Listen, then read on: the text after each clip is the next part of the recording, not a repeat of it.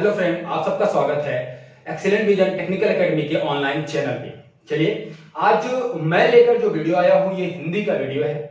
और हिंदी की वरीयता आप लोग समझ रहे होंगे कि आज समय वर्तमान समय में जो भी आप उत्तर प्रदेश का कोई भी एग्जाम दे रहे हैं वहां पर हिंदी कितना ज्यादा महत्व रखता है। चाहे आप यूपी SSC जेई का एग्जाम देने जाएंगे, चाहे आपका जो आपका टैक्स असिस्टेंट का एग्जाम आता है, उससे जूनियर असिस्टेंट का एग्जाम आता है उसका दीजिए, यूपी SSC से संबंधित जो भी एग्जाम दीजिए आप, चाहे आपका यूपीपीएससी संबंधित कोई भी एग्जाम दीजिए, चाहे जो आपका यूपीपीएससी के तहत एक एग्जाम निकला उसमें भी हिंदी के क्वेश्चन है, तो नंबर ऑफ क्वेश्चन आपके इसके अच्छे खासे हिंदी के आते हैं। हिंदी की वरीयता बहुत ज्यादा है, तो हिंदी को हम जानेंगे, हिंदी के बारे में हम पढ़ेंगे। लेकिन सबसे पहले हिंदी पढ़ने के लिए सबसे ज्यादा इंपॉर्टेंट चीज क्या है, जानना ये जरूरी है कि भैया जो हिंदी है इसका उद्भव कहां से हुआ, हिंदी एक्चुअली आया कहां से। यदि हम हिंदी के उद्भव को जान जाएं, उसके विकास को जान जाएं, तो फिर हम आगे यदि हम डिस्कस करेंगे तो हमारे लिए आसान हो जाएगा। कुछ लोग कह रहे होंगे कि सर हिंदी का इतिहास कहां आता है, बिल्कुल परेशान हो रही है। हिंदी का इतिहास एग्जाम में आता है, हिंदी साहित्य के क्वेश्चंस आते हैं और लिटरेचर के उसके पार्ट्स आते हैं और हिंदी साहित्य के क्वेश्चंस आपके आते हैं, रचनाएं आती हैं, तो उसके बारे में जानना जरूरी है और वो सब पढ़ने के लिए हिंदी का इतिहास जानना जरूरी है। तो हम हिंदी के बारे में जानेंगे, उससे पहले हम थोड़ा शुरुआत करते हैं, बता दें कि पूरे विश्व में लगभग 3000 भाषाएं बोली जाती हैं। लगभग कितनी भाषाएं बोली जाती हैं? 3000 भाषाएं बोली जाती हैं। समझ में आ रहा है कि लगभग 3000 भाषाएं बोली जाती हैं। उन 3000 भाषाओं में एक भाषा हमारा हिंदी है। समझ में आ रहा है मैं क्या कर रहा हूं कि पूरे हमारे वर्ल्ड में लगभग 3000 भाषाएं बोली जाती हैं और उसका एक भाषा हमारा हिंदी है। हिंदी की बात करें, हिंदी एक ऐसी भाषा है, उसकी प्रकृति, उसका स्वरूप, उसका आकार के आधार पर हम कह सकते हैं कि हिंदी एक प्रयोगात्मक या विशिष्ट भाषा है। समझ में आ रहा है मैं क्या कह रहा हूं कि हिंदी के जो आकार है, स्वरूप है, प्रकृति है, इसके आधार पर, आकृति के आधार पर, उसके स्वरूप के आधार पर हम यह कह सकते हैं कि वह एक प्रयोगात्मक भाषा है, प्रयोग करने वाली भाषा है। बार बार उसमें प्रयोगात्मक चीजें हुई हैं, उसमें परिवर्तन हुए हैं और वह एक विशिष्ट भाषा है। ठीक है, अब बात करते हैं कि जो हमारा हिंदी है, हिंदी को पूरे विश्व में जो बोला जाता है, जिस स्वरूप में जहां बोला जाता है, उसके आधार पर हिंदी को मुख्यतः चार, याद रखिए कितने, 4 अलग अलग परिवार में बांटा गया। भैया एक ही घर में एक दादा है, उनके 4 अलग अलग लड़के हैं, तो लड़के अलग हो गए तो 4 अलग अलग परिवार बना ना। वैसे हिंदी है कि अलग अलग जगहों पे जो बोला जाता है उसी के आधार पर इसके 4 अलग अलग परिवारों में बांटा गया है। अब जो बांटा गया इसके परिवार को, तो भैया जो परिवार बटा है ना, तो किसका वैल्यू ज्यादा है, किसके कहां पर सर्वाधिक बोला जाता है, इसके बारे में हम डिस्कस करेंगे।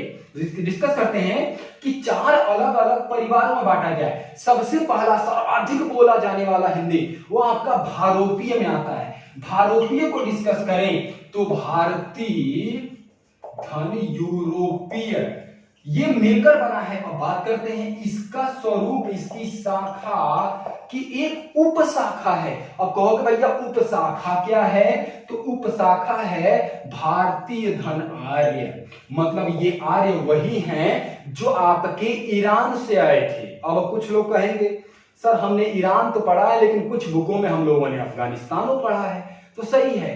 प्राचीन इतिहास जब पढ़ते हैं तो एक प्रश्न उठता है कि आर्य एक्चुअली आए कहां से थे। बहुत कंट्रोवर्सी हुई है इस पे, बहुते कंट्रोवर्सी है, बहुते बता तो इतिहास, प्राचीन इतिहास ऐसा है, कुछ कोई इतिहासकार आता है कुछ और कहता है, कोई आता है कुछ और कहता है, ऐसा ही कुछ इसके साथ भी है। लेकिन जो एक्चुअली प्रमाण मिले, उस प्रमाण के आधार पर कहा गया कि अवेस्ता ग्रंथ में जो उल्लिखित है उसके आधार पर कहा गया कि आर्य ईरान से आए थे। लेकिन कुछ बौद्धिक ग्रंथों में यह भी मेंशन किया गया काबुल, खुर्रम, इन नदियों का उल्लेख मिलता है। और चूंकि ये नदियां आपकी अफगानिस्तान में प्रवाहित होती थी, और यदि ये नदियां अफगानिस्तान में प्रवाहित होती थी तो मानना था कि ये अफगानिस्तान से आए थे। लेकिन अवेस्ता ग्रंथ कहता है ये ईरान से आए थे। तो अलग अलग दो अलग अलग अवधारणाएं हैं अलग अलग इतिहासकारों के, तो हम मानकर चलेंगे अभी आर्य, ठीक है, ईरान ही मानकर चलेंगे ईरान से आए थे। जो ईरान से आर्य आए थे, उन आर्यों ने भाई आए थे तो शुरू में उनको बोलना लिखना नहीं आता था, लेकिन जब धीरे धीरे लिखना उखना तो नहीं आता, पढ़ना आता, भाई बोलना तो आता होगा, बोलेंगे नहीं तो काम कैसे चलेगा। धीरे धीरे उन्होंने उसका स्वरूप चेंज किया, अलग अलग उसका विकास किया, विकास करके जो विकास का क्रम था उसी क्रम को हम डिस्कस करेंगे। तो आर्यों द्वारा जो पहला हमारा है भारोपीय, यह 73%, कितना 73% बोला जाता है। दूसरा आता है द्रविड़ 25%, तीसरा आता है आस्ट्रिक 1.3% और चीनी चौथा आता है चीनी तिब्बती 0.7%। याद रहेगा, भारोपी कितना 73%, द्रविड़ कितना 25%, आस्ट्रिक 1.3 से 3%, चीनी तिब्बती था 0.7%। द्रविड़ भैया एक शैली भी है, द्रविड़ शैली इतिहास में है, डिस्कस कर देंगे कभी, किसी दिन पढ़ा देंगे आप लोगों को द्रविड़ शैली के बारे में। डिस्कस करते हैं आगे कि अब जो भारोपी है ये सर्वाधिक बोला जाने वाला है। तो भारोपी को ही अलग अलग कालखंडों में बांट दिया गया, अलग अलग 3 कालखंडों में बांट दिया गया। अब एक चीज बजा तो इतिहास जो है ना, जैसे जैसे इतिहास को कालखंड बांटा गया वैसे इसका ही कालखंड बांटा गया। इतिहास में 3 कालखंड कौन कौन से? प्राचीन इतिहास, दूसरा हमारा मध्यकालीन इतिहास, तीसरा आधुनिक इतिहास। प्राचीन में यूनानी है, यूनानियों का आक्रमण था। मध्य में हम बात करें तो मध्य में कौन आ गए भैया? हमारे इस्लामी आक्रमणकारी आ गए, और तीसरे हमारा आधुनिक हमारे अंग्रेज आ गए। तो ये 3 के बारे में है। वैसे ही भारोपियों को भी 3 स्वरूप में बांटा गया, अर्थात प्राचीन भारतीय आर्य भाषा, आर्य भाषा उपशाखा है, याद रखिएगा उपशाखा है भारतीय, प्राचीन भारतीय आर्य भाषा।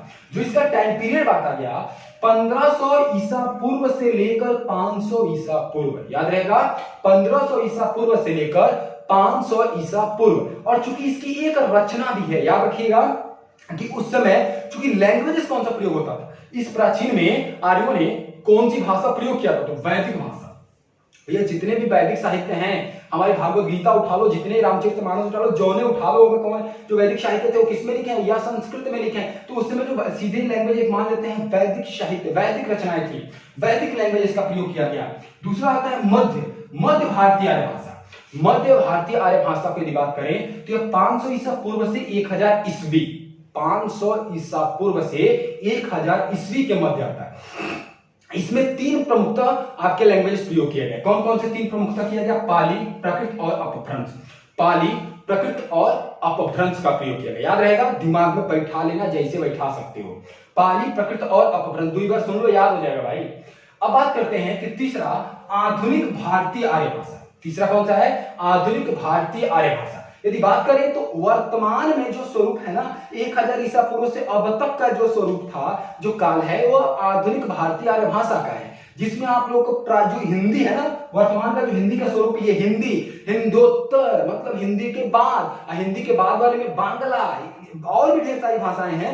बांग्ला एग्जाम्पल के तौर पर इसमें हम बांग्ला ले लेते हैं।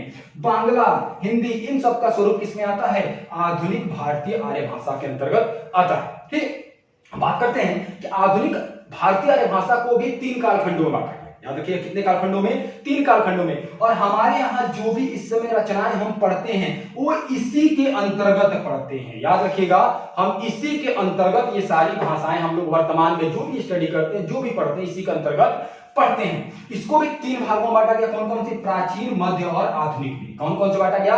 प्राचीन, मध्य और आधुनिक में बांटा गया। तो आधुनिक भारतीय आर्य भाषा को भी 3 भागों में बांटा गया। कौन कौन से भागों में? प्राचीन, मध्य और आधुनिक में बांटा गया। किसमें किसमें? प्राचीन, मध्य और आधुनिक में। प्राचीन का जो टाइम पीरियड है वह 1100 ईस्वी से लेकर 1400 ईस्वी तक है। जो मध्य का टाइम पीरियड है वह 1400 ईस्वी से लेकर 1850 ईस्वी तक है। और जो आधुनिक का टाइम पीरियड है 1850 से लेकर अब तक। भैया अभी जब हम लोग जब 2020 तक जब तक रहेंगे तब तक। तो मतलब कि प्राचीन का 1100 ईस्वी से लेकर 1400 ईस्वी, मध्य का 1400 ईस्वी से लेकर 1850 ईस्वी, और आधुनिक का 1850 से लेकर अब तक। ठीक है, अब ये तो मैंने टाइम पीरियड सारा बता दिया। इसके बारे में हम डिस्कस करेंगे, प्राचीन, मध्य और आधुनिक का अलग अलग एक्सप्लेनेशन करेंगे, उस समय की रचनाओं के बारे में डिस्कस करेंगे। हर एक चीज हम इसके बारे में डिस्कस करेंगे नेक्स्ट वीडियो में। लेकिन इसके पहले एक चीज बता दूं कि जो हिंदी बोलते हो ना भैया, हिंदी की जननी कौन है? हिंदी एक्चुअली का हिंदी की उत्पत्ति हुई कहां से? तो हिंदी की जननी संस्कृत को मानी जाती है। आपको पता है जितनी भी प्राचीन रचनाएं हुई है सारी संस्कृत में हुई थी, वैदिक जितनी भी रचनाएं थी सारी संस्कृत में हुई थी। हिंदी की जननी संस्कृत को मानी गई है, और तो संस्कृत को मानी गई तो शुरुआत भी संस्कृत से ही हुआ होगा, तो शुरुआत संस्कृत से करते हैं। तो जैसे जैसे इसका परिवर्तन हुआ, जैसे मानव देखे हो, मानव पहले कैसे था, धीरे धीरे धीरे इंसान बन गया, होमोसेपियंस वाला जो कैसे इस समय हम लोग जैसे स्वरूप है, पहले कहा थे अब कहां है, पहले बानर थे अब कहां है, ऐसे कुछ ये भी था। पहले संस्कृत था, संस्कृत से इसका प्रभाव जो विकास हुआ वह पाली में पहुंचा, पाली से प्राकृत में, प्राकृत से अपभ्रंश में, अपभ्रंश से औहट में, और औहट से प्राचीन या प्रारंभिक हिंदी आया। मतलब प्रारंभिक हिंदी आने के मध्य आपकी संस्कृत, पाली, प्राकृत, अपभ्रंश और औहट आते हैं। ये दिमाग में ये कालक्रम रट लीजिएगा, एग्जाम में ये कालक्रम पूछा जाता है, ये स्वरूप यही है, ये कालक्रम नोट कर लीजिए, रट लीजिए, दिमाग में बैठा लीजिए, जैसे याद हो जाए, क्योंकि एग्जाम में आया हुआ है। क्या है? संस्कृत से पाली, पाली से प्राकृत, प्राकृत से अपभ्रंश, अपभ्रंश से औहट, औहट से प्राचीन या प्रारंभिक हिंदी। ये आपका फर्स्ट लेक्चर है। नेक्स्ट लेक्चर और लंबा थोड़ा सा लेकर के आऊंगा, उसमें हम लोग बोलियां, उपभाषाएं और भाषा के बारे में डिस्कस करेंगे हिंदी के। ठीक है, तो यदि ये वीडियो आप लोगों को अच्छी लगी हो तो ज्यादा से ज्यादा शेयर कीजिए, लाइक कीजिए, और आप हमारे चैनल को सब्सक्राइब कीजिए। अभी के लिए इतना ही है। Thank you class.